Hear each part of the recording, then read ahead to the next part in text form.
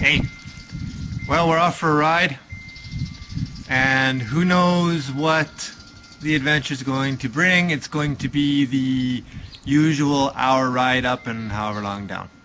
So, same place as always. Who knows, if something interesting comes up, I may put it on video, I may not. Whatever. See you later. Here's something up here actually that I was meaning to show you last year, but didn't get around to doing it. It's kind of like little shacks up here, and every time I ride by I always get this fragrance, and I've never actually been up here, but unless I'm mistaken, this is where they make, yeah, see if we can get in here and take a look.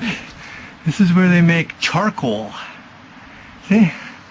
It's like a kiln here, handmade kiln, and they put the wood in there, and oh, it smells good. They smoke it, and it becomes like a charcoal. Anything in here? No, this is just storage. But it's kind of neat because these are pretty old places. As you can see, the way they're made almost temporarily with this kind of roof and everything like that. But it makes a good image of what kind of like, you know, traditional old Japan might have looked like at one time. People were probably living in places like this. The charcoal maker, going up into the mountains every day and bringing wood back to make charcoal. So I guess I did have something interesting to show you after all, other than just the ride.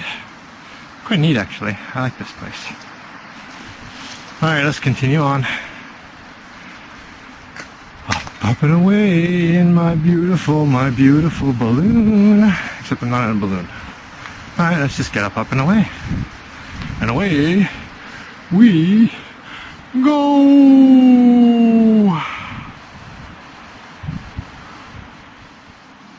It's disappointing, you know, that every year they do another 1,500 feet of pavement, cut back the road, put concrete here to keep it from sliding down because they cut it back too much, cut away all the trees.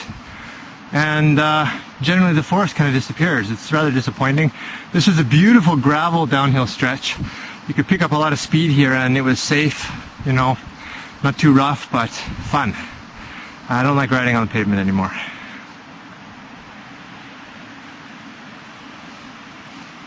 Can you hear the Spring River down there calling to you?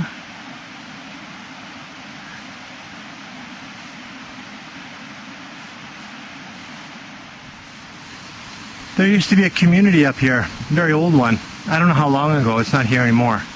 But if you look, you see the way these stones are piled. This is a wall built here with this big tree. So it must have been at least somewhere between 50 to 100 years ago. And staircase right here, running down to the water.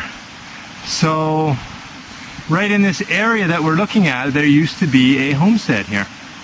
It's just fascinating to find these rock walls like this in the middle of the forest, overgrown with trees, because you know that generations ago people were living here, using this water, cutting their own wood of these trees and making a living here.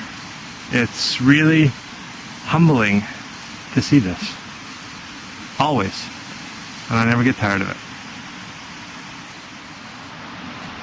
I'm glad I'm riding up here today, you know. I didn't think I'd have anything to show you, but because the foliage isn't overgrown yet, it's still spring. You can see the temple up there.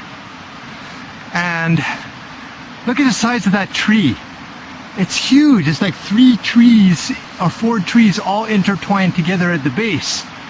And they're monsters. They really are. And it's sort of like they have a little sign there and you go up and you pray around the trees. It's just fascinating. It really is. And I've showed you this before. This has been here for a long time as well. but it's just like natural outflow of water, and people come here and they fill up their pots and they take it back and they use it for cooking and drinking and everything. It's just amazing being up here. You can probably hear it in my voice, but it just, every single time, it blows me away. What would Cam's ride be without the scenic vista? You've seen it mostly in the springtime and the summertime and the autumn time, but I don't think I have showed it to you quite like this yet, because usually there's more snow this time of the year.